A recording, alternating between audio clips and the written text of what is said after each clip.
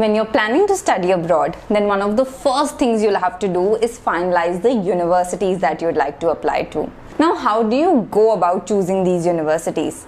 Is there a way to do this without the help of counselors and all these organizations which charge so much money to do this for you? Are there any AI tools and websites that can help you do this process quickly and more efficiently? Well, let's find out. Hi everyone, I am Neha Agrawal. I'm the founder of WiseUp, and now let's understand how to choose universities for studying abroad.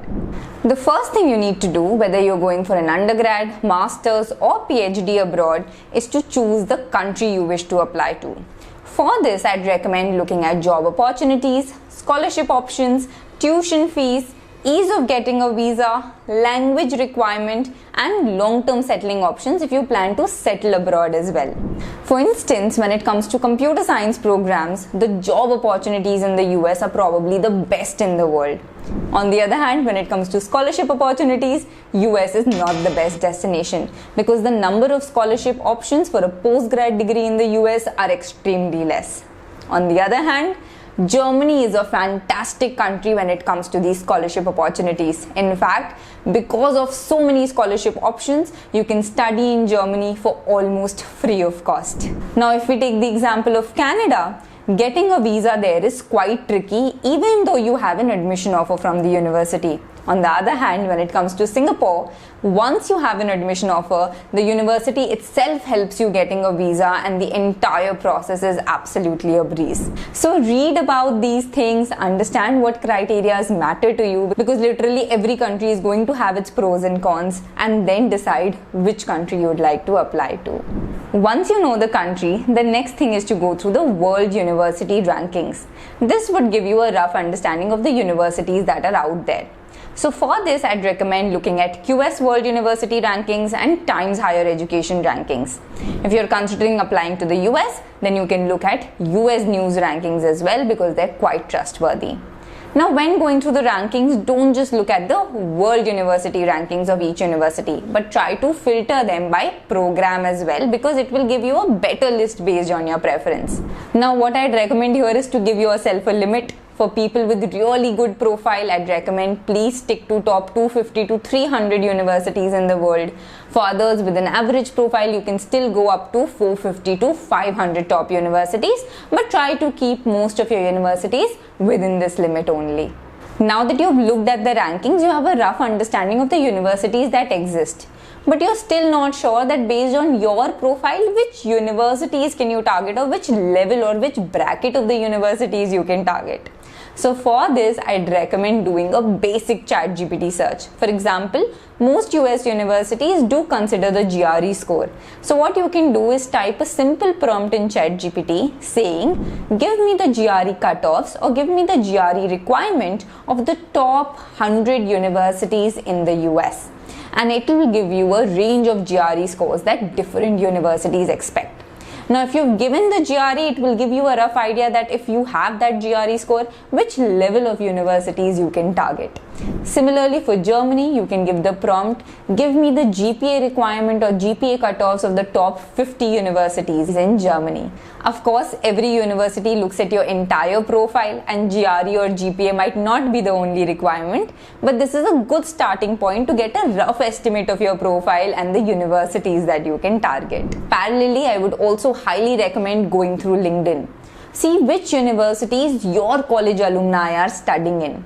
This is because if they've graduated from your college, they would have similar profiles, similar GPA, internships, extracurriculars. So if they have managed to get admission in those universities, chances are you can too.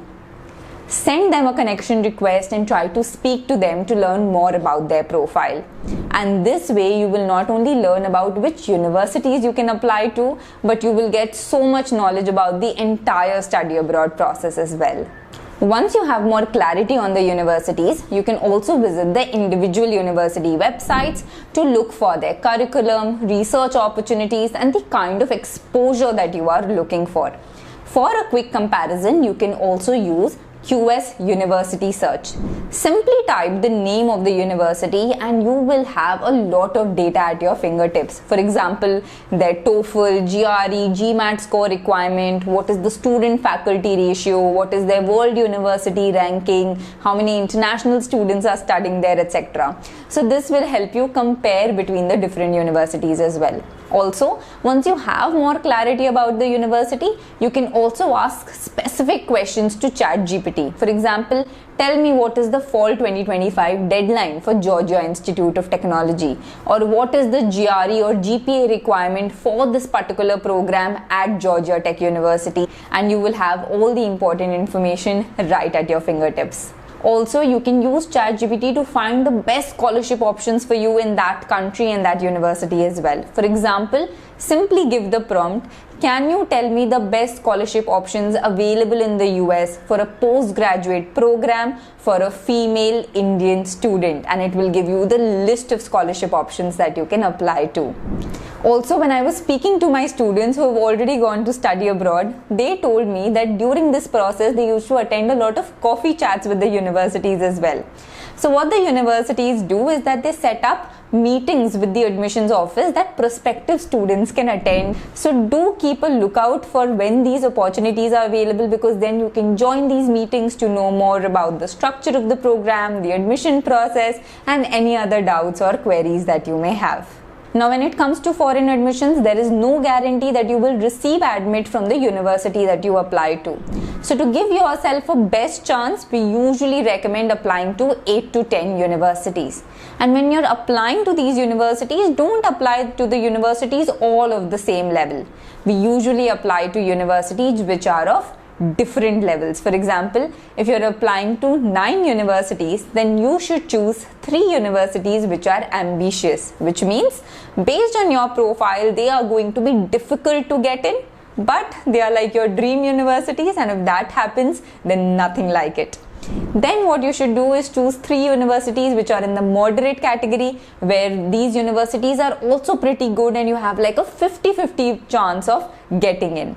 And then what you should do is choose 3 universities which are safe, which means based on all the evaluations you've done and based on your profile, you should definitely get an admit from these universities. And if by chance these are your only options left, then you don't mind studying here as well. So categorize the universities that you choose into safe, moderate and ambitious. In this manner, you would have selected the universities that are best for you. I personally find this step to be really crucial and don't like the suggestions that are given by counselors. Number one, they don't know you very well, and so the kind of suggestions that they will give you in terms of the universities you should apply to might not be that accurate. Secondly, most of these counselors, they are part of a company which has tie-up with certain universities, and if they send students to those universities, they get a crazy commission amounting to 2 to 3 lakh rupees per student. So usually what these counselors do is that they recommend most of the universities from their company portfolio, and these universities might not be the best for you. So even if you're going to any counselor, please keep your eyes open to see which universities they are recommending and whether they are really the best for you or not. Now, for this entire university shortlisting process, I'd recommend to not rush it. Give yourself at least 15 to 20 days or up to a month so that you are able to choose the universities wisely. Now, if you have any questions about this process, you can put in a comment and I'll try and clear your doubt for you. Also, once you're done shortlisting the universities and need help with your admission essays, then you can check out my study abroad programs. As part of my study abroad course, I teach you how to write admission essays like SOPs, LORs, personal statements, scholarship essays, and as part of my SOP and LOR review program, I, along with my team, review your document for you, edit it, and make it ready for submission. Till date, we've sent over 500 students to some of the top universities in the world like Columbia University, Georgia Tech, National University of Singapore, Technical University of Munich, etc. To know more, the link is in the description and in the pinned comment. And now, thank you so much for watching this video, and I wish you have a fantastic career ahead.